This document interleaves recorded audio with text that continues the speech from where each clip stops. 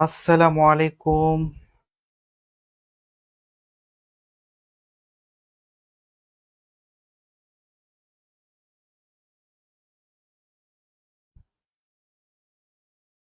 প্রিয় শিক্ষার্থী, আপনাদের সবাইকে শুভেচ্ছা জানাচ্ছি। আশা করছি ভালো আছেন। মাসুর ভাই, ওয়ালাইকুম আসসালাম। জি আলহামদুলিল্লাহ ভাই, ভালো আছি। কি অবস্থা? শুনতে পাচ্ছেন? ঠিক আছে? সাউন্ড ঠিক আছে? শোনা যাচ্ছে? আমাকে দেখা যাচ্ছে? আমরা আর্টিকেল পড়ছিলাম। তো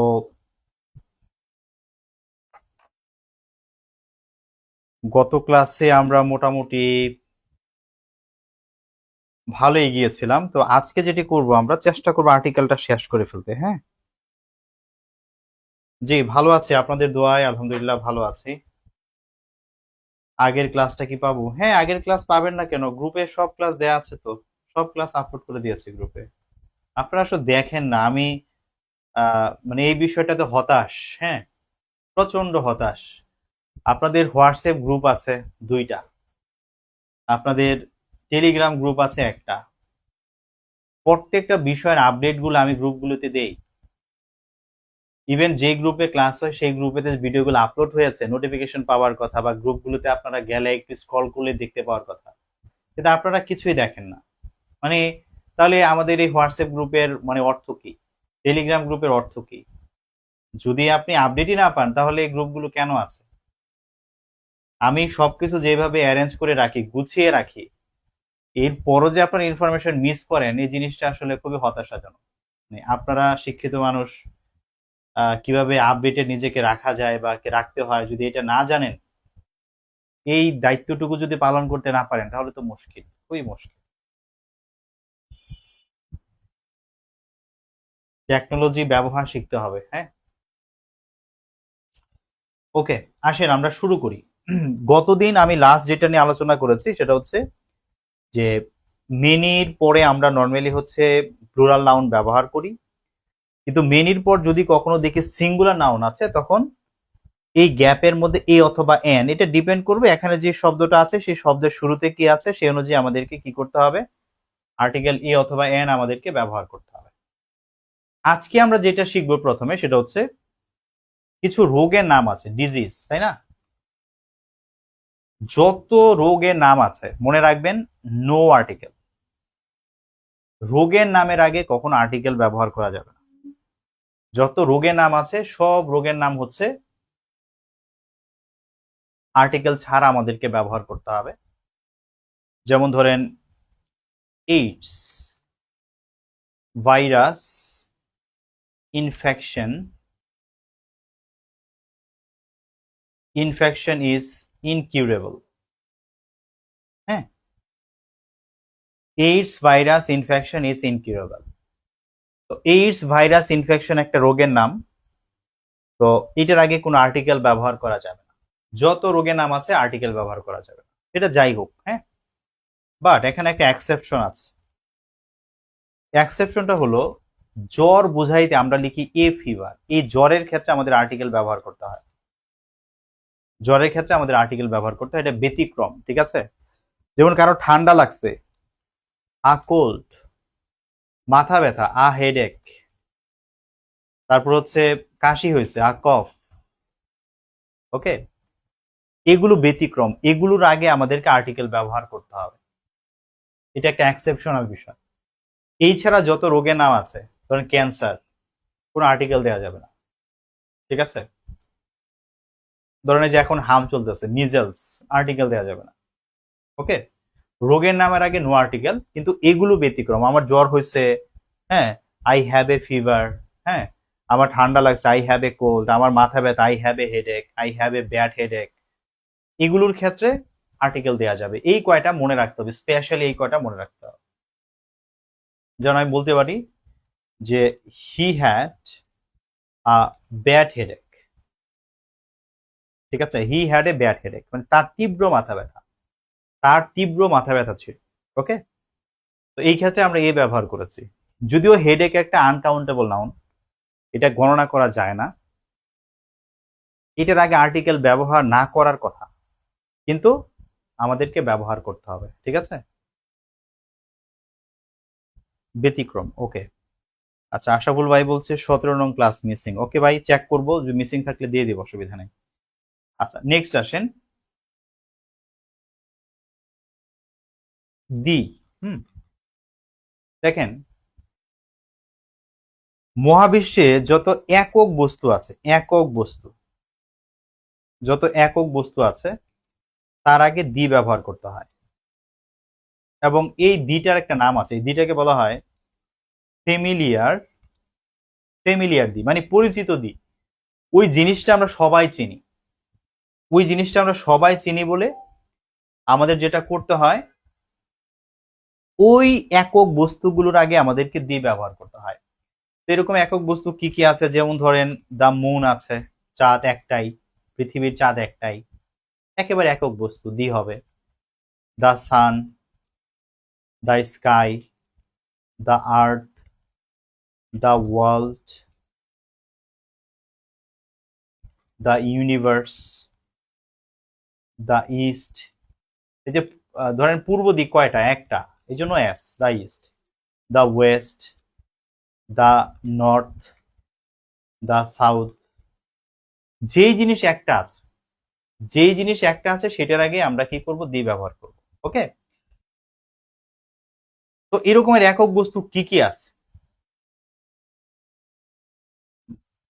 আমরা এখানে বেশ কয়েকটা এক্সাম্পল দেখলাম।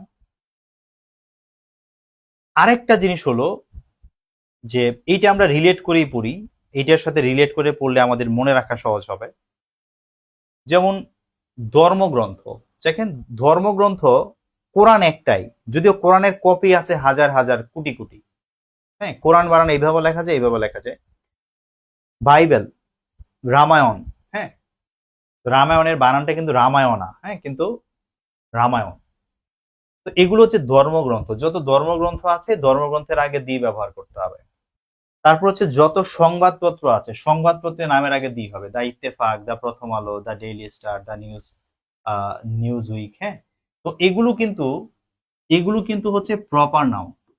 আমরা প্রপার নাউনের ক্ষেত্রে আর্টিকেল ব্যবহার করেছিলাম তুলনা করার ক্ষেত্রে, বলেছিলাম যখন তুলনা করা হয় তখন হচ্ছে প্রপার নাউনের আগে আর্টিকেল ব্যবহার করতে হয়।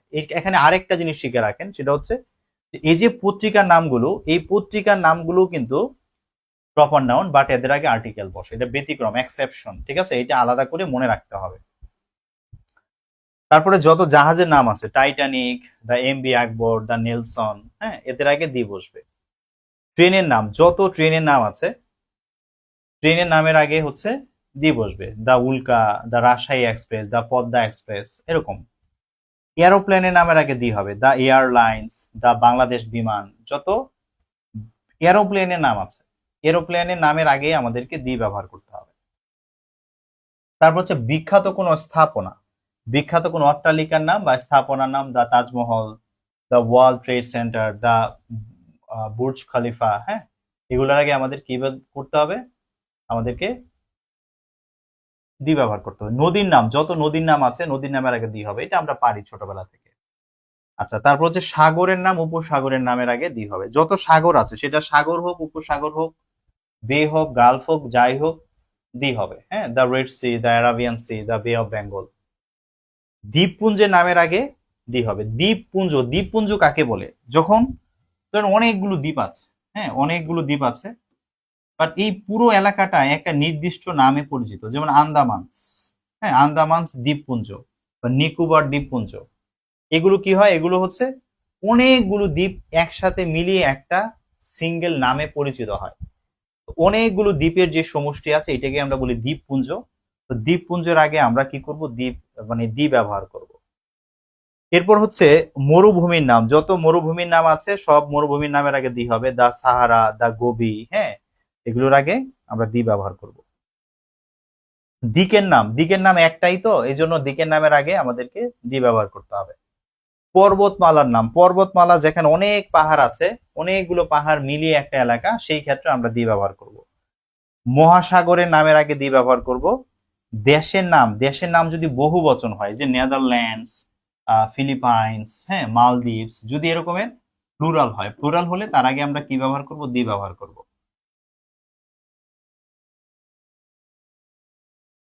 এই পর্যন্ত আশা করছি আপনাদের ছোটবেলা থেকে এগুলো পড়া ছিল, এগুলো অনেকগুলো আপনারা জানতেন, হয়তো একটা দুইটা নতুন ভাবে হয়তো বা এখানে দেখেছেন অথবা দেখেনি নাই, সবই পুরনো পড়া। সো এগুলো একটু ভালো করে রিভিশন করতে হবে। এখন এখানে একটা এক্সেপশন আছে। এক্সেপশনটা হলো এক্সেপশনটা হলো যে এগুলোর আগে এগুলোর আগে দি হবে না। যদি একটা পর্বতের নাম হয়, যেমন এভারেস্ট, এভারেস্ট হচ্ছে একটা পাহাড়ের নাম, ভাইয়া একটা পাহাড়ের নাম হলে নো আর্টিকেল।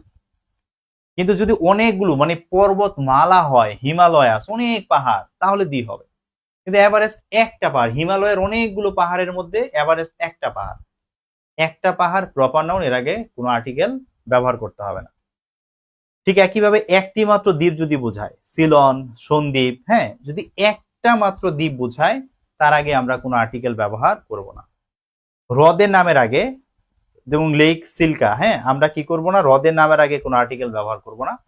অন্তরীপ, অন্তরীপ আপনারা বোঝেন কিনা জানি না। অন্তরীপ হচ্ছে যে সাগরের মধ্যে যেরকম সরু, হ্যাঁ, কারণ এরকম সরু একটা জায়গা, এদিকে সাগর এদিকে সাগরের পানি আছে, সব দিকে সাগরের পানি, এরকম সরু একটা জায়গাকে বলা হয় কেইপ বা অন্তরীপ। ঠিক আছে, সরু জায়গাটাকে বলা হয় কেইপ বা অন্তরীপ। তো এইটার আগে নর্মালি দি হয় না। এই জিনিসগুলো জানতে হবে। ওকে, আশা করছি কোনো সমস্যা নাই। পরেরটা দেখেন, আমরা রাইট ফর্ম অফ ভার্বে শিখছিলাম যে দি এর পরে যদি আমরা অ্যাডজেক্টিভ লিখি, তাহলে এটা একটা প্লুরাল নাউন হয়ে যায়, প্লুরাল নাউন। সো অ্যাডজেক্টিভকে যদি কখনো আমরা এইভাবে নাউন হিসেবে ব্যবহার করতে চাই, তখন তার আগে দি ব্যবহার করতে হবে। যেমন দ্য পোর মানে গরিবরা, দ্য রিচ মানে ধনীরা, দ্য ব্রেভ মানে সাহসীরা, দ্য ভার্চুয়াস মানে গুণীরা, হ্যাঁ, দ্য এডুকেটেড মানে হচ্ছে শিক্ষিতরা, এরকম আর কি, শিক্ষিতরা। ঠিক আছে, প্লুরাল নাউন হবে, মনে রাখতে হবে। যদি কোনো অ্যাডজেক্টিভকে আমি প্লুরাল নাউন হিসেবে ব্যবহার করতে চাই, তার আগে দি ব্যবহার করতে হবে।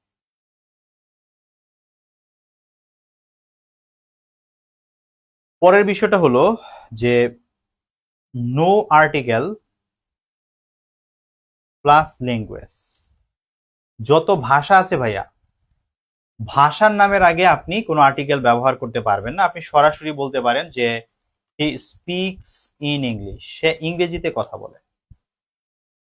হি স্পিক্স ইন ইংলিশ, সে ইংরেজিতে কথা বলে। স্পিক্স ইন দ্য ইংলিশ বলা যাবে না।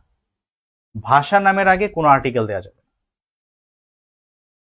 কিন্তু ভাষা দিয়ে যদি কখনো আপনি জাতি বোঝাইতে চান, যদি আপনি দি প্লাস কোনো ল্যাঙ্গুয়েজ লেখেন, তখন এইটাও একটা প্লুরাল নাউন হয়ে যাবে এবং একটা জাতিকে বোঝাবে, জাতি সবাইকে বোঝাবে, জাতিকে বোঝাবে। এইটা দুইটার সাথে রিলেট করে পড়েন। দি প্লাস অ্যাডজেক্টিভ হলে প্লুরাল নাউন হয়ে যায়, দি প্লাস ভাষার নাম হলেও প্লুরাল নাউন হয়ে যায়। ঠিক আছে, দি প্লাস ভাষার নাম হলেও প্লুরাল নাউন হয়ে যায়। যেমন যেমন দেখেন, আমি বলতে পারি যে দা দা ইংলিশ, আমি যখনই দা ইংলিশ লিখছি, দি এর পরে ভাষার নাম লিখছি, এটা একটা প্লুরাল নাউন হয়ে গেছে। The English are hard working, যে ইংরেজরা কঠোর পরিশ্রমী। The English are hard working, ইংরেজরা কঠোর পরিশ্রমী। প্লুরাল ধরে আমাকে আর লিখতে হয়েছে। খুবই গুরুত্বপূর্ণ, খুবই গুরুত্বপূর্ণ। তাহলে the plus adjective plural noun হয়, দি প্লাস ল্যাঙ্গুয়েজ হলে সেটা একটা প্লুরাল নাউন।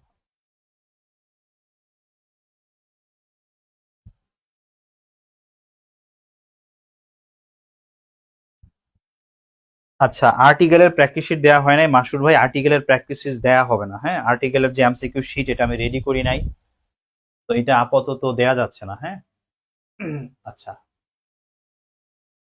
আপনারা এই বিষয়গুলি পড়বেন এবং আপনাদের কাছে যে বই আছে সেই বইটা থেকে আর্টিকেলের টপিকটা প্র্যাকটিস করতে হবে। আচ্ছা, পরেরটা দেখেন, পরিচয় শনাক্তকারী কিছু নাউন আছে। ধরেন আমাদের এলাকায় একজন রাইটার আছে, সবাই তাকে লেখক বলে, বা একজন ক্রিকেটার আছে, এখন তার নাম না ডেকে তাকে সবাই ক্রিকেটার ডাকে। এরকমটা কিন্তু হয় যে মানুষের নামের চেয়ে তার পরিচয়টা অনেক সময় মুখ্য হয়ে ওঠে, তার পরিচয়টা অনেক সময় মুখ্য হয়ে ওঠে। তো যখন কারো পরিচয় কোনো শব্দ দিয়ে আমরা উল্লেখ করব, তখন তার আগে আমাদেরকে দি ব্যবহার করতে হবে। যেমন দেখেন, আমরা বলতে পারি যে we know Humayun Ahmed the writer. আমরা লেখক হুমায়ুন আহমেদকে চিনি। হ্যাঁ, আমরা হুমায়ুন আহমেদকে চিনি যে লেখক। হ্যাঁ, he invited Rahul the cricketer. সে রাহুলকে মানে কি করেছে, আমন্ত্রণ জানিয়েছে। কিন্তু কোন রাহুল? যেই রাহুলটা ক্রিকেটার, সেই রাহুলকে আমন্ত্রণ জানিয়েছে। তো এইভাবে যদি কোনো শব্দ দিয়ে দেখেন যে কোনো ব্যক্তির পরিচয় বুঝাই দিচ্ছে, তখন তার আগে আমাদেরকে দি ব্যবহার করতে হবে, মনে রাখবেন। এরপর হচ্ছে যত তত বুঝাইতে। এটা আমরা ডিগ্রি ক্লাসে শিখছিলাম অবশ্য। যত তত বুঝাইতে আমাদেরকে দি প্লাস হচ্ছে কম্পারেটিভ, কমা আবার দি প্লাস হচ্ছে কম্পারেটিভ আমাদেরকে ব্যবহার করতে হয়। দি প্লাস কম্পারেটিভ ব্যবহার করতে হয়। ঠিক আছে? কেমন? যেমন যদি বলা হয় দ্য আর্লিয়ার, যত তাড়াতাড়ি, দ্য বেটার, তত ভালো। যত তাড়াতাড়ি তত ভালো। দ্য মোর উই হ্যাভ, আমাদের যত আছে, দ্য মোর উই ওয়ান্ট, আমরা তত চাই। The more we have, the more we want, আমাদের যত আছে আমরা আরো তত চাই। এই যত তত বোঝাইতে আমরা কি করব? দি ব্যবহার করব, যত তত।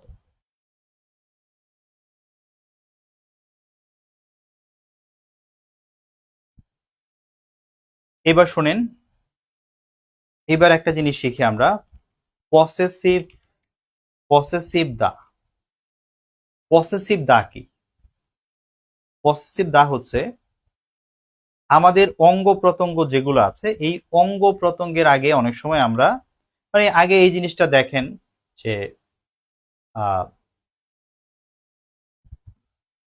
আমি বলতে পারি যে হি স্টাক, সে আঘাত করেছে, মি আমাকে, অন মাই চিক, আমার চিবুকে সে আঘাত করেছে। হি স্টাক মি অন মাই চিক, সে আমাকে মেরেছে আমার চিবুকের উপরে। আমার চিবুকের উপরে সে আমাকে মেরেছে বা আঘাত করেছে। তো এই চিবুক, হ্যাঁ, এইটার আগে মাই বসছে, কারণ এইটা আমার একটা অঙ্গ, একটা অঙ্গ প্রত্যঙ্গ আছে, সেটার আগে আমি কি করছি? এভাবে পসেসিভ ব্যবহার করছি। পসেসিভ কেন? ওই যে আই থেকে মাই হয়, পসেসিভ অ্যাডজেক্টিভ বলি আমরা এগুলোকে। তো এইভাবেই আমরা সচরাচর লিখি। কিন্তু অনেক সময় আছে যে আমরা যদি চাই, আমরা এই পসেসিভটাকে বদলে দিয়ে আমরা দি লিখতে পারি। He stuck on the, he stuck me on the cheek. ঠিক আছে? আমরা এইভাবে মাই না লিখে দি লিখতে পারি, একই অর্থ, একই বিষয়।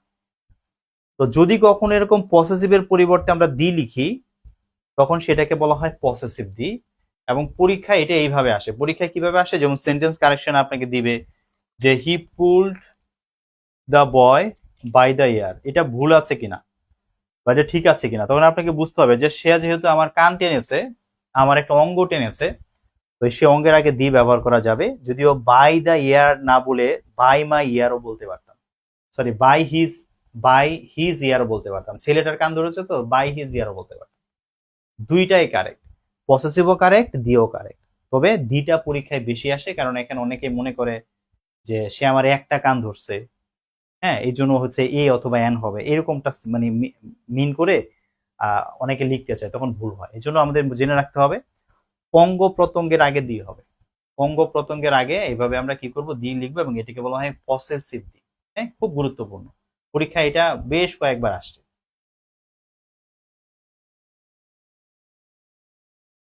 এবার শোনেন,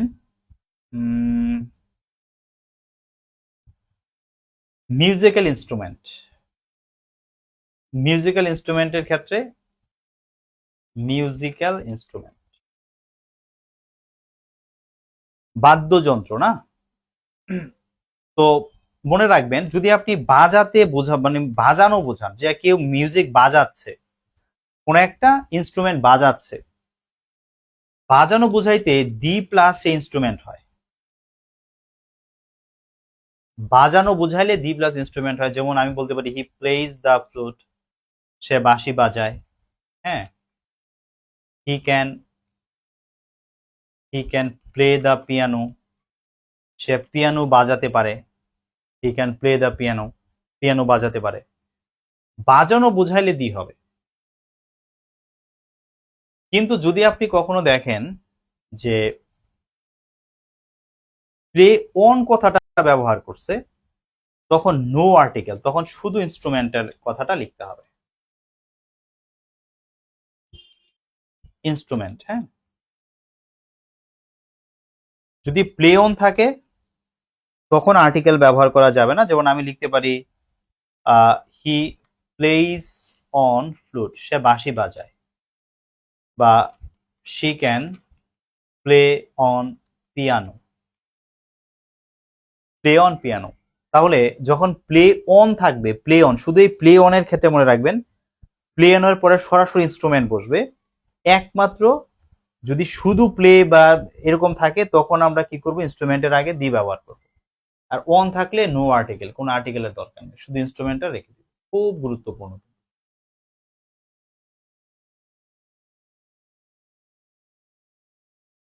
তারপর দেখেন নো আর্টিকেল। নো আর্টিকেল আমরা ব্রেকফাস্ট, তারপরে হচ্ছে লাঞ্চ,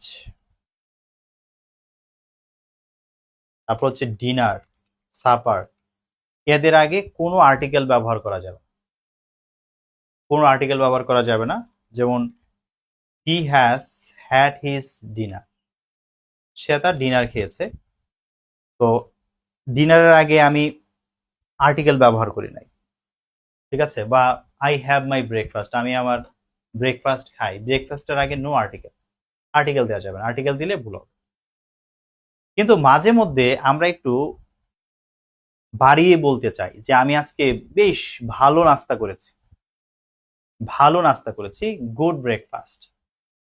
যদি কখনো এদের আগে, মানে এই শব্দগুলোর আগে যদি আপনি কখনো কোনো একটা অ্যাজেটিভ ব্যবহার করেন, ধরেন একটা অ্যাজেটিভ ব্যবহার করলেন, যদি অ্যাজেটিভ ব্যবহার করেন তাহলে আপনি এদের আগে এন ব্যবহার করতে পারবেন। অ্যাজেটিভ ব্যবহার করলে আপনি ব্যবহার করতে পারবেন। যেমন he has had his dinner, এখন আমি এটা যদি না বলি যে হি has had a good breakfast. হ্যাঁ, এই যে এখানে কি করেছি, গুড দিয়েছি, অ্যাজেটিভ দিয়েছি, অ্যাজেটিভ দিলে আমাকে এ ব্যবহার করতে হবে। He has had a good breakfast, সে একটা ভালো নাস্তা খেয়েছে, ঠিক আছে, অনেক ভালোভাবে খেয়েছে। সুতরাং এগুলোর আগে মানে আর্টিকেল দিব না, কিন্তু যদি অ্যাজেটিভ ব্যবহার করি তাহলে অবশ্যই আমরা আর্টিকেল ব্যবহার করব। খুব গুরুত্বপূর্ণ, খেয়াল রাখবেন। নেক্সট, অনেকগুলো শব্দ, এই শব্দগুলো খুব ভালো করে খেয়াল করেন, এটা আরেকটা গুরুত্বপূর্ণ আর্টিকেলের ব্যবহার, খুবই গুরুত্বপূর্ণ ব্যবহার। এটা হচ্ছে যে এই যে শব্দগুলো আছে, বিছানায় ঘুমাইতে যায়, স্কুলে পড়তে যায়, কলেজে পড়তে যায়, ইউনিভার্সিটিতে পড়তে যায়, হসপিটালে চিকিৎসা নিতে যায়, মার্কেটে শপিং করতে যায়, চার্চে প্রার্থনা করতে যায়, মস্কে নামাজ পড়তে যায়, প্রিজনে জেল খাটতে যায়, কোর্টে হচ্ছে হাজিরা দিতে যায়, বা বিচার হবে হাজিরা দিতে যায়। তো এই সবগুলোর নাউনের একটা প্রাইমারি অবজেক্ট আছে, যে কি উদ্দেশ্যে আমি সেখানে যাই। ধরেন স্কুলে কেউ পড়তে যায়, স্কুলে কেউ পড়তে যায়, এই পড়তে যাওয়াটা এটা হচ্ছে তার একটা প্রাইমারি গোল, প্রাইমারি উদ্দেশ্য। তো প্রাইমারি উদ্দেশ্য যদি বোঝায় তাহলে নো আর্টিকেল, কোনো আর্টিকেল ব্যবহার করা যাবে না। আমরা বলি যে আই গো টু স্কুল, আমরা কিন্তু কখনোই বলি না I go to the school অথবা I go to a school. কেন বলি না? কারণ আমি স্কুলে পড়তে যাই, স্কুলে যে আমি যাই, আমি কেন যাই, আমি পড়তে যাই, যেহেতু আমি পড়তে যাই, তো স্কুলের আগে কোনো আর্টিকেল দেওয়া যাবে, আই গো টু স্কুল। বা আমি বলতে পারি যে হি রেগুলারলি গোজ টু মস, সে নিয়মিত মসজিদে যায়। কেন যায়? এখানে যেহেতু আমি কোনো আর্টিকেল ইউজ করি নাই, তার মানে সে নামাজ পড়তেই যায়, এইটাই তার প্রাইমারি উদ্দেশ্য, সে এইটা করতেই সে কি করে, সে মসজিদে যায়। তো যখন আপনি দেখবেন যে আপনার এরকমের প্রাইমারি গোল বোঝাচ্ছে, তখন আর্টিকেল দেওয়া যাবে না। কিন্তু এই জায়গাগুলোতে আবার স্পেশাল কোনো একটা উদ্দেশ্যে যাওয়া যেতে পারে, স্পেশাল উদ্দেশ্যে যাওয়া যেতে পারে।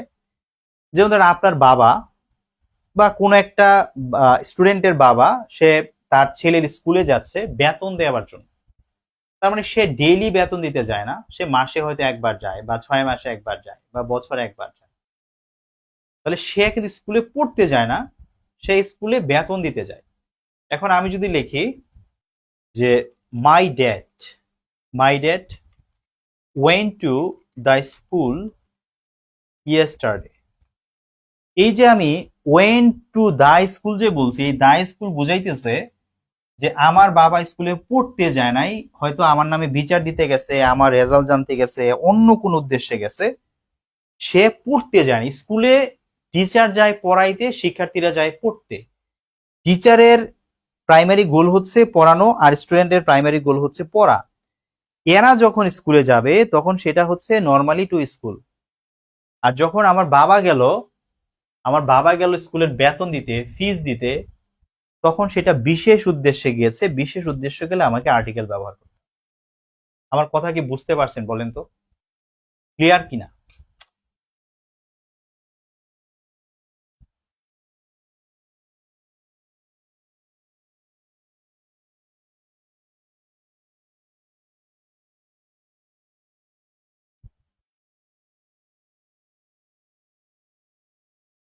আচ্ছা, আমাদের এক আপু বলতেছে সে নাকি ক্লাস দেখতে পাচ্ছে না।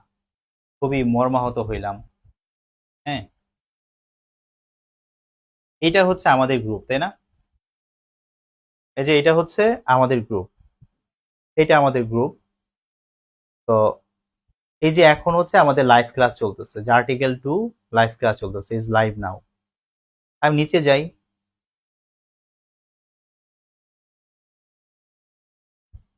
এই যে নিচে দেখেন, এই যে প্রত্যেকটা ক্লাস আছে, যে 23, হ্যাঁ, 23, 22, 21, প্রত্যেকটা ক্লাস আছে।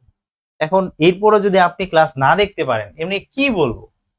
আপনারা এত বড় হয়েছেন, যদি আপনারা এই মানে সামান্য জিনিসটুকু না পারেন, কি করার আছে বলেন?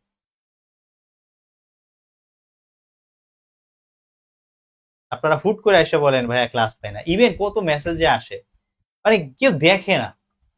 একটু দেখবে, একটু খেয়াল করে দেখবে, দেখে না।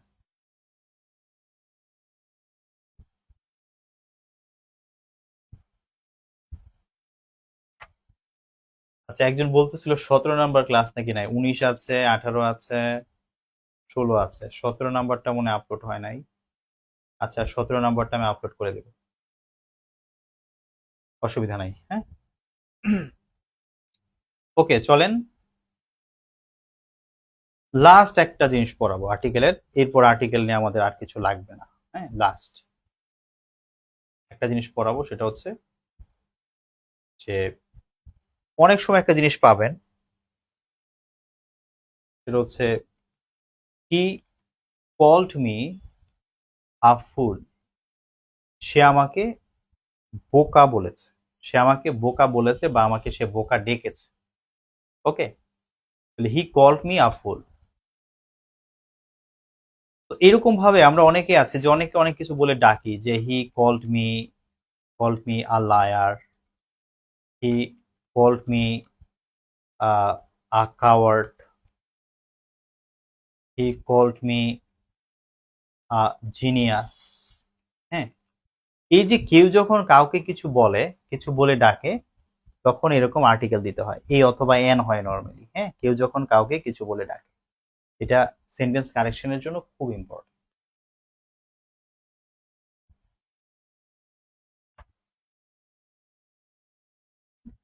তো আর্টিকেলের যে নিয়মগুলো পড়ালাম, এগুলো থেকেই চাকরির পরীক্ষায় সবচেয়ে বেশি প্রশ্ন হয়। এই বিষয়গুলো আপনাদেরকে ভালো করে চর্চা করতে হবে, বারবার একটু রিভিশন করতে হবে। আশা করছি এই আর্টিকেল থেকে প্রশ্ন আপনারা কমন পাবেন। ঠিক আছে?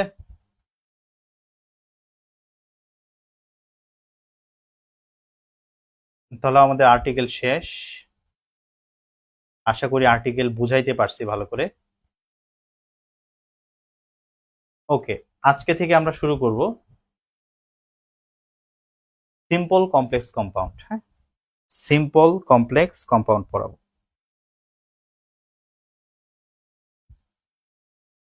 আমরা ট্রান্সফরমেশনে ঢুকে যাচ্ছি।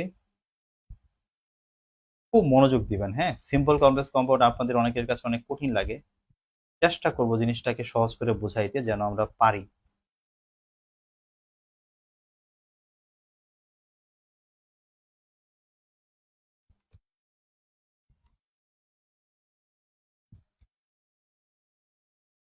Simple complex compound.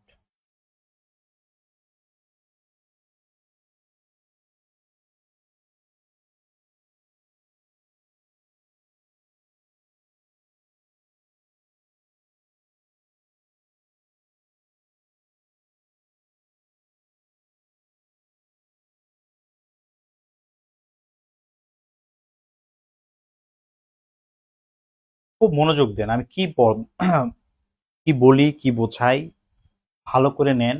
এইগুলো বুঝলে এই টপিকটা আপনাদের জন্য সহজ হয়ে যাবে ইনশাআল্লাহ। দেখেন, সিম্পল কমপ্লেক্স কম্পাউন্ড বুঝতে গেলে সবার আগে একটা জিনিস বুঝতে হয়, সেটা হচ্ছে ফাইনাইট ভার্ব। ফাইনাইট ভার্ব বুঝতে হয়।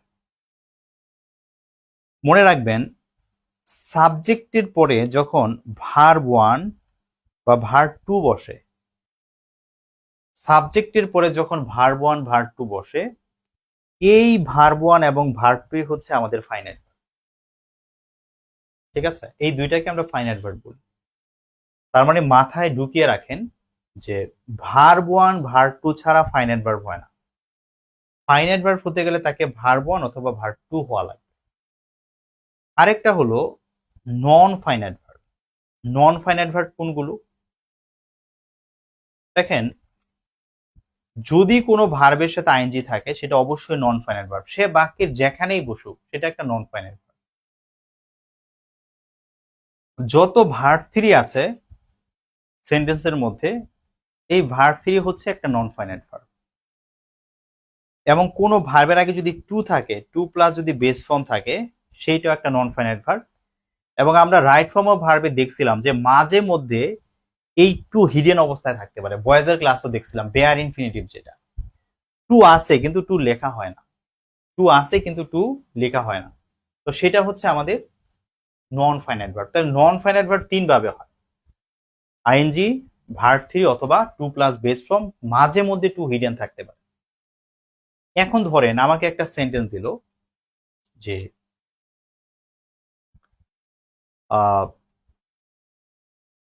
being invited by him, I joined the party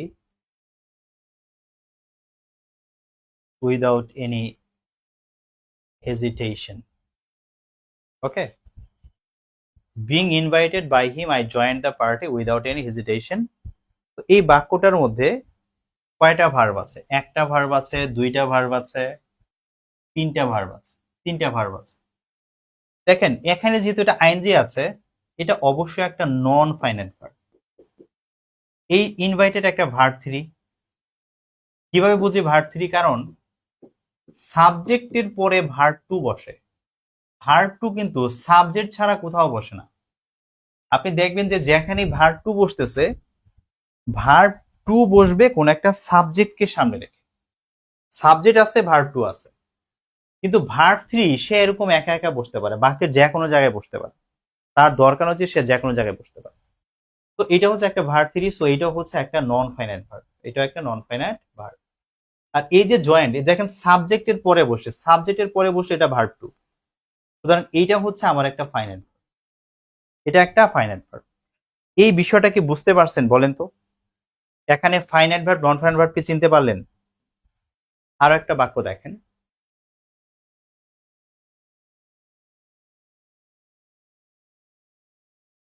reaching there on time he heard the news from his brother working at a primary school. আরো বড় করা যাইতো, আচ্ছা আর বড় করলাম না, ধরেন এতটুকু। এই বাক্যটার মধ্যে কয়টা ভার্ব আছে? এখানে আইএনজি আছে, তার মানে নিশ্চিত এটা হচ্ছে একটা নন ফাইনাইট ভার্ব। সাবজেক্টের পরে বসছে, তার মানে এটা verb two, finite verb. Working আরেকটা ভার্ব আছে, আইএনজি আছে, তাহলে এইটাও একটা নন ফাইনাইট ভার্ব। এইভাবে ফাইনাইট ভার্ব নন ফাইনাইট ভার্বটা চিনতে হবে, বাক্যটা দেখেই চিনে ফেলতে হবে যে এটা ফাইনাইট ভার্ব আর এটা নন ফাইনাইট ভার্ব। এখন finite verb non finite verb এই দুইটার নাম কেন আলাদা হয়েছে? এই দুইটা নাম আলাদা হওয়ার পেছনে একটা কারণ আছে। দেখেন, আমি যদি এই বাক্যের ফাইনাইট ভার্বটা যদি বাক্য থেকে বাদ দিয়ে দিই, জাস্ট আমি যদি বলি যে রিচিং দেয়ার অন টাইম, যে সেখানে ঠিক সময়ে পৌঁছে, সেখানে যথা সময়ে পৌঁছে, এতটুকু বলে যদি আমি থেমে যাই, কোনোভাবে একটা সম্পূর্ণ বাক্য হয় না। আপনি একটা সম্পূর্ণ অর্থবোধক কথা আপনি বুঝতে পারবেন না। এই যে নন ফাইনাইট ভার্ব, সে কখনো পরিপূর্ণ অর্থ প্রকাশ করতে পারে না, এটা সম্পূর্ণ কমপ্লিট মিনিং প্রকাশ করতে পারে না। এই জন্য একে বলা হয় নন ফাইনাইট ভার্ব। কিন্তু যখনই আমি ফাইনাইট ভার্ব দিব, ফাইনাইট ভার্ব দিলে পুরো বাক্যটা কি হয়ে যাবে, মিনিংফুল হয়ে যাবে। ইভেন আমি যদি নন ফাইনাইট ভার্বটা বাক্যে নাও রাখি, আমি যদি বলি যে হি হার্ড দ্য নিউজ, যে সে, ধরেন আমি আর কিছুই এখানে রাখলাম না, কোনো নন ফাইনাইট ভার্ব রাখলাম না, আমি শুধু বললাম যে he heard the news from his brother, যে সে তার ভাইয়ের কাছ থেকে খবরটা পেয়েছে, সে ভাইয়ের কাছ থেকে খবরটা শুনেছে, কোনো সমস্যা নাই। ফাইনাইট ভার্ব থাকলেই বাক্যটা ফুল মিনিংফুল হবে, ফুল মিনিংফুল হবে। আর নন ফাইনাইট ভার্ব গুলো অপশনাল, এগুলো আমি চাইলে বাক্যে রাখতে পারি, যদি আমি চাই যে রাখবো না, আমি নাও রাখতে পারি।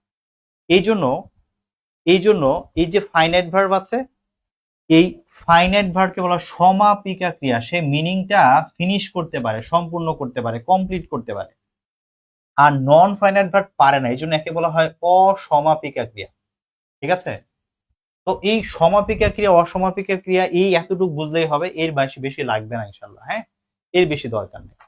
এখন ফাইনাইট ভার্ব আপনারা যদি বুঝে থাকেন, এবার একটু শোনেন। এখন আমাদের বুঝতে হবে যে ক্লজ কি এবং ফ্রেজ কি, এটা একটু আমাদের বুঝতে হবে। ক্লজ কি এবং ফ্রেজ কি বোঝেন। ক্লজ হচ্ছে ফাইনাইট ভার্ব যদি থাকে, আর ফ্রেজ হচ্ছে নো ফাইনাইট ভার্ব। যদি কোনো ফাইনাইট ভার্ব না থাকে তাহলেই সেটা ফ্রেজ, আর যদি ফাইনাইট ভার্ব থাকে তাহলেই সেটা ক্লজ। আমাদের এই যে সেন্টেন্স গুলো না, আমি যদি এগুলোকে একটু ভাগ করি, ধরেন আমি এতটুকুকে একটা ভাগ করলাম, এটা হচ্ছে আমার একটা একটা অংশ এই বাক্যের, এতটুকু আরেকটা অংশ, এতটুকু আরেকটা অংশ, এতটুকু আরেকটা অংশ, আমি বাক্যটাকে অনেকগুলো খণ্ডে ভাগ করলাম। একইভাবে আমি এই এই অংশটুকুকে ভাগ করলাম, এটাকে ভাগ করলাম, এটা এইটাকে ভাগ করলাম, এটাকে ভাগ করলাম, এটাকে ভাগ করলাম, ধরুন ভাগ করলাম, অনেকগুলো ভাগ করলাম।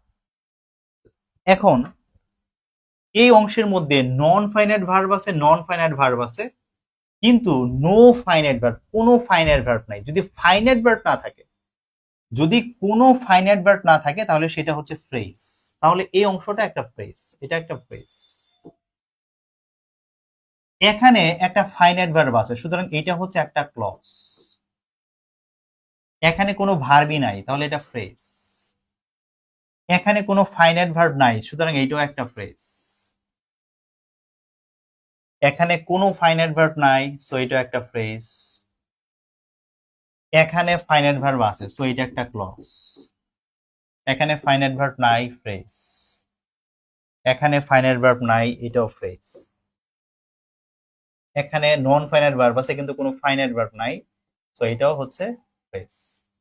অর্থাৎ ফাইনাইট ভার্ব থাকলে বলবো ক্লজ, ফাইনাইট ভার্ব থাকলে বলবো ক্লজ, ফাইনাইট ভার্ব না থাকলে বলবো ফ্রেজ। বিষয়টা কি বুঝতে পারলেন?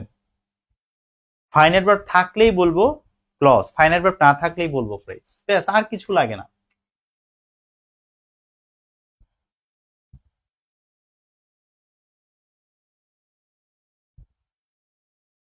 তো এই ক্লজ এবং ফ্রেজের বিষয়টা আমরা বুঝলাম। এইবার বুঝেন সিম্পল সেন্টেন্স কাকে বলে। সিম্পল সেন্টেন্স, দেখেন সিম্পল সেন্টেন্স হচ্ছে ওয়ান ক্লজ, ওয়ান ক্লজের সেন্টেন্স, ওয়ান ক্লজের সেন্টেন্স। এখন ওয়ান ক্লজ মানে কি? ওয়ান ক্লজ মানে হইতেছে একটা সাবজেক্ট আর একটা ফাইনাইট ভার্ব, একটা সাবজেক্ট একটা ফাইনাইট ভার্ব। আর নন ফাইনাইট ভার্ব হচ্ছে অপশনাল। আপনি নন finite verb, non finite verb আপনি সেন্টেন্সে রাখতেও পারেন, আপনি নাও রাখতে পারেন, এটা আপনার চয়েস। আপনার দরকার হলে আপনি নন ফাইনাইট ভার্ব বাক্যে রাখবেন, দরকার না হলে আপনি রাখবেন না। দরকার হলে রাখবেন, দরকার হলে রাখবেন। সিম্পল বাক্য হওয়ার শর্ত হচ্ছে শুধু একটা সাবজেক্ট আর একটা ফাইনাইট ভার্ব, আর কিছু না। যেমন আমরা উপরে যে দুইটা বড় বড় বাক্য লিখলাম, এই বাক্যে শুধু একটা ফাইনাইট ভার্ব আছে, সুতরাং এইটা একটা সিম্পল বাক্য। এই বাক্যে একটা ফাইনাইট ভার্ব আছে, সুতরাং এইটাও একটা সিম্পল বাক্য। অর্থাৎ ফাইনাইট ভার্ব যদি একটা থাকে তাইলেই সেটা সিম্পল বাক্য। ফাইনাইট ভার্ব একটা হলে সিম্পল বাক্য। সিম্পল বাক্যে আপনি নন ফাইনাইট ভার্ব যত খুশি তত ব্যবহার করতে পারেন, কোনো অসুবিধা নেই। কিন্তু ফাইনাইট ভার্ব একটার বেশি ব্যবহার করা যাবে না। যদি আপনি একটার বেশি ফাইনাইট ভার্ব ব্যবহার করেন, সেই বাক্যটা কোনোভাবে সিম্পল বাক্য হবে না। ওকে, এটা হলো সিম্পল বাক্যের মূল কাহিনী। এবার চলেন কমপ্লেক্স। কমপ্লেক্সটা কেমন? কমপ্লেক্স,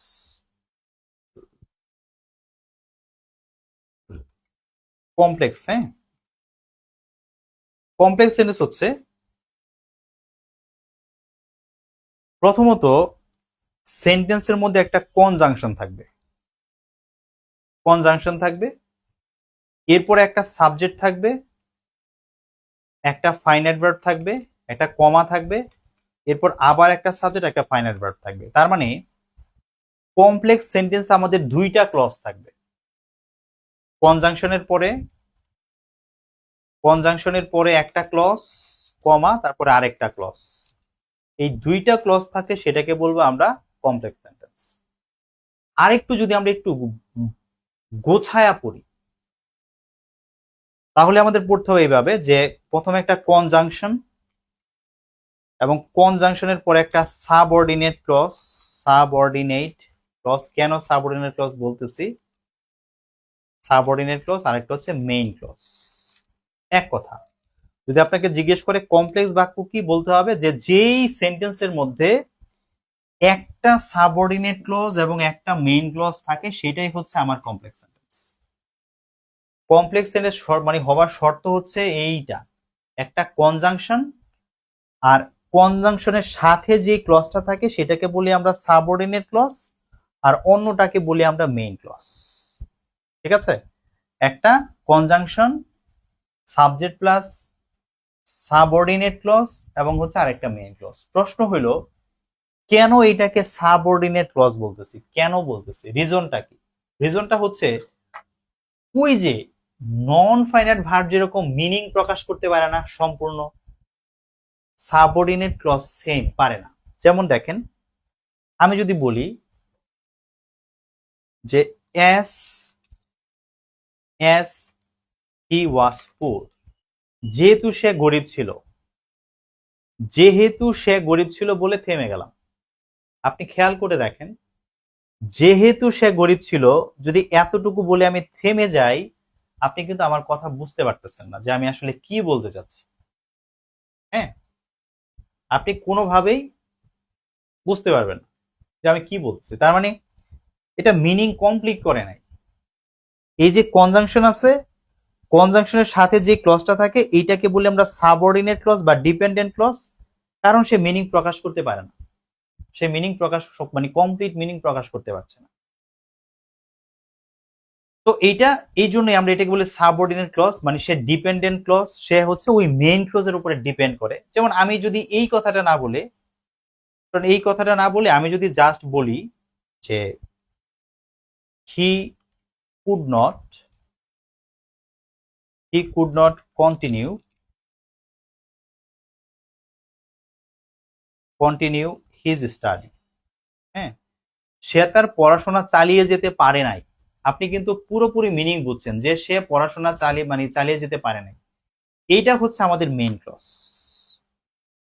এটা হচ্ছে আমাদের মেইন ক্লজ, কারণ সে একেবারে কমপ্লিট একটা মিনিং কি করতে পারছে, সে প্রকাশ করতে পারছে, এটার জন্য মেইন ক্লজ। আর যখন বলছি যে অ্যাজ হি ওয়াজ পোর, এটা হচ্ছে আমাদের সাবঅর্ডিনেট ক্লজ, কারণ সে মিনিং প্রকাশ করতে পারছে না। হ্যাঁ, এটা হচ্ছে সাবঅর্ডিনেট ক্লজ, কারণ এটা সম্পূর্ণ মিনিং প্রকাশ করতে পারছে না। ঠিক আছে, কিন্তু এখন আমি যদি দুইটাকে জোড়া দিয়ে দেই যে অ্যাজ হি ওয়াজ পুর হি could not continue his study, যেহেতু সে গরিব ছিল সে পড়াশোনা চালিয়ে যেতে পারে নাই।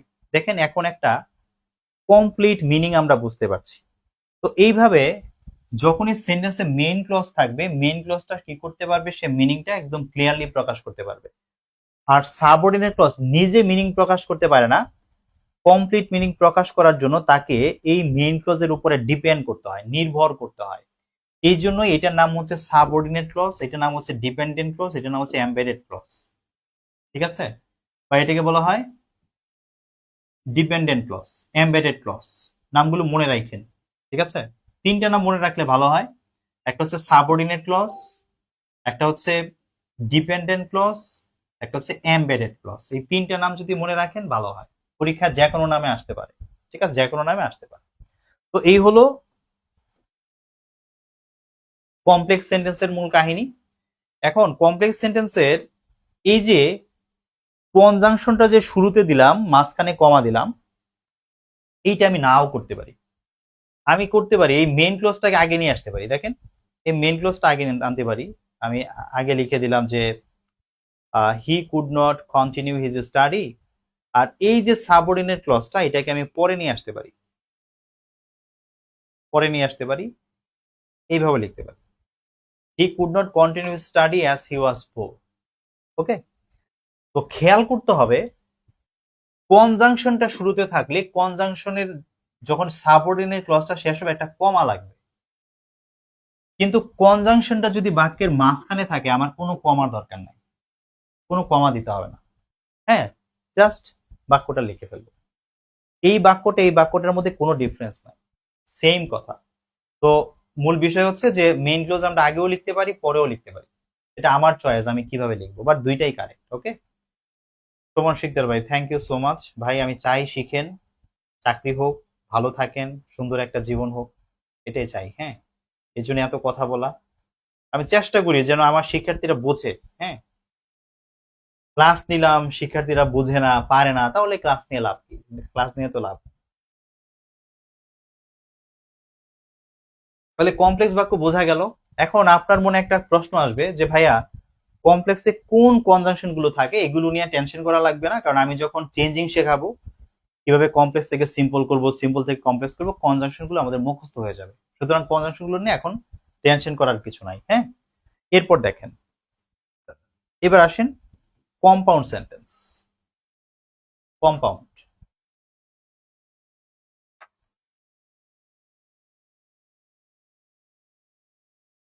কম্পাউন্ড সেন্টেন্স হচ্ছে আপনার শুরুতে একটা ক্লজ থাকবে, শুরুতে একটা ক্লজ থাকবে, মাঝখানে থাকবে ফ্যান ভয়েস, তারপর আবার একটা ক্লজ, দুইটা ক্লজ থাকবে দুই পাশে, এবং যেই দুইটা ক্লজ থাকবে এই দুইটা ক্লজে আসলে মেইন ক্লজ। আপনি যদি এদের এদের যদি আপনি মিনিংটা খেয়াল করেন দেখবেন যে এইটাও স্বাধীনভাবে অর্থ প্রকাশ করতে পারে, এই জন্য মেইন ক্লজ। এইটাও একটা মেইন ক্লজ, কারণ এইটাও স্বাধীনভাবে অর্থ প্রকাশ করতে পারে। ফ্যান ভয়েসকে আমি একটু পরে বুঝাইতেছি। তো মেইন ক্লজ, ফ্যান ভয়েস, মেইন ক্লজ যখন থাকবে, পাশাপাশি যখন দুইটা ক্লজ থাকে তখন এই ক্লজটা একে হেল্প করে, এই ক্লজটা একে হেল্প করে, পরস্পর পরস্পরকে সাহায্য করে। এই পরস্পর পরস্পরকে সাহায্য করার কারণে এদেরকে আমরা সরাসরি মেইন ক্লজ বলে ডাকি না, এদেরকে আমরা মেইন ক্লজ না বলে আমরা ডাকি যে এইটার নাম হচ্ছে coordinate clause. Coordinate, coordinate clause, এবং পরে যেটা আছে এইটার নামও হচ্ছে কোঅর্ডিনেট ক্লজ। ঠিক আছে? কেন কোঅর্ডিনেট ক্লজ? কারণ পরস্পর পরস্পরকে সাহায্য করে। যেমন স্কুল কলেজে আমরা দেখি কোঅর্ডিনেটর থাকে, হেড টিচার বা প্রিন্সিপালকে সাহায্য করে, এরকমের এই ক্লজটা একে সাহায্য করে, এজন্য একে বলা হয় কোঅর্ডিনেট ক্লজ। এই ক্লজটা একে সাহায্য করে, এজন্য একে বলি কোঅর্ডিনেট ক্লজ। কিন্তু এদের যদি আপনি অর্থ দেখেন, দুইটাই মেইন ক্লজ, দুইটাই মেইন ক্লজ, কারণ এরা দুইটাই স্বাধীনভাবে অর্থ প্রকাশ করতে পারে। সো আপনাকে যদি কেউ জিজ্ঞেস করে যে কম্পাউন্ড সেন্টেন্স কি, বলবেন যে একটা কোঅর্ডিনেট ক্লজ, মাঝখানে ফ্যান ভয়েস, তারপরে আবার একটা কোঅর্ডিনেট ক্লজ, দুই পাশে দুইটা ক্লজ থাকবে, মাঝখানে ফ্যান ভয়েস থাকবে। এর প্রশ্ন হলো ফ্যান ভয়েস গুলো কি? ফ্যান ভয়েস গুলো হচ্ছে এফ এ হচ্ছে ফর, এতে হচ্ছে এন্ড, এনতে হচ্ছে ধরেন নর, হ্যাঁ, তারপর বিতে হচ্ছে বাট, ওতে হচ্ছে অর, এলস অর, হ্যাঁ, তারপরে ধরেন ওয়াইতে হচ্ছে ইয়েট, এস এ হচ্ছে সো। ওকে, এগুলো হচ্ছে ফ্যান ভয়েস। এগুলো যখন সেন্টেন্সে থাকবে তখনই আপনি বুঝবেন যে এটা কম্পাউন্ড সেন্টেন্স। এই কনজাংশন গুলো মনে রাখবেন, এগুলো মনে রাখলে বুঝবেন যে এগুলো কম্পাউন্ড সেন্টেন্স। আর এগুলোর বাইরে যত কনজাংশন আছে সবগুলো কমপ্লেক্সের কনজাংশন, সবগুলো থাকলেই কি হবে, মানে কমপ্লেক্স সেন্টেন্স হবে। এই বিষয়টা শুধু মাথায় রাখেন, তাহলে আমাদের হয়ে যাবে। এখন একটা বাক্য দেখেন, আমি বললাম যে হি ফাউন্ড আ প্রবলেম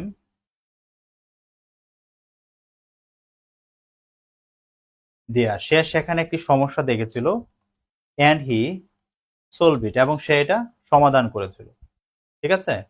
সে সেখানে একটি সমস্যা দেখেছিল এবং সে এটি সমাধান করেছিল। তো এরকমের আমরা প্রথমে দেখেন সে একটি সমস্যা দেখেছিল, দেখ সেখানে মিনিং কিন্তু ক্লিয়ার, এবং সে সেটি সমাধান করেছিল, মিনিং ক্লিয়ার, দুইটাই মেইন ক্লজ। তো একটু খেয়াল রাখবেন, যখন আমরা এই পাশে সাবজেক্ট লিখি তখন এখানে একটা কমা দিতে হয়। সাবজেক্ট লিখলে কমা দিতে হবে। যদি আপনি এন্ড এর পরে সাবজেক্ট লেখেন তাহলে কমা দিতে হবে। আবার যদি আপনি সাবজেক্ট না লিখেন, যেমন এই বাক্যটাকে আমি সাবজেক্ট না লিখেও লিখতে পারতাম, আমি এই বাক্যটাকে এইভাবে লিখতে পারতাম যে he found a problem there and solved it. দেখেন পরে কোনো সাবজেক্ট দেই নাই, যদি সাবজেক্ট না দিলে আপনার কমা দিতে হবে না। আর যদি আপনি সাবজেক্ট লিখেন আপনাকে আগে একটা কমা ব্যবহার করতে হবে। এই হলো কম্পাউন্ড সেন্টেন্সের বেসিক। আশা করব কোনো অসুবিধা নাই। হ্যাঁ, কোনো কনফিউশন আছে বলেন। আজকে এই পর্যন্তই রাখবো, কোনো প্রশ্ন থাকলে বলেন। আগামী ক্লাস থেকে আমরা চেঞ্জিং শিখবো। আগামী ক্লাসে আমাদের প্রথম টপিকই হবে কমপ্লেক্স থেকে সিম্পল করা। আগামী ক্লাসে আমরা শিখবো কিভাবে ক্লজ ভেঙে ফেলা যায়, কিভাবে ক্লজ রিডিউস করা যায়, একটা বাক্য থেকে কিভাবে ক্লজ ভেঙে সেই বাক্যটাকে আমরা সিম্পল বানাইতে পারি, এটা আগামী ক্লাসে আমরা শিখবো। তারপরে পর্যায়ক্রমে আমরা এমসিকিউ ট্রাই করব, বিগত বছর যে প্রশ্নগুলো আসছে দেখাবো, সহজ হয়ে যাবে ইনশাআল্লাহ। তাহলে আজকের ক্লাসে finite verb, non finite verb জানাইলাম, ক্লজ ফ্রেজ জানাইলাম, সিম্পল কি, কমপ্লেক্স কি, কম্পাউন্ড কি, এগুলো বুঝাইলাম। ক্লিয়ার আছেন এই বিষয়গুলো সবাই?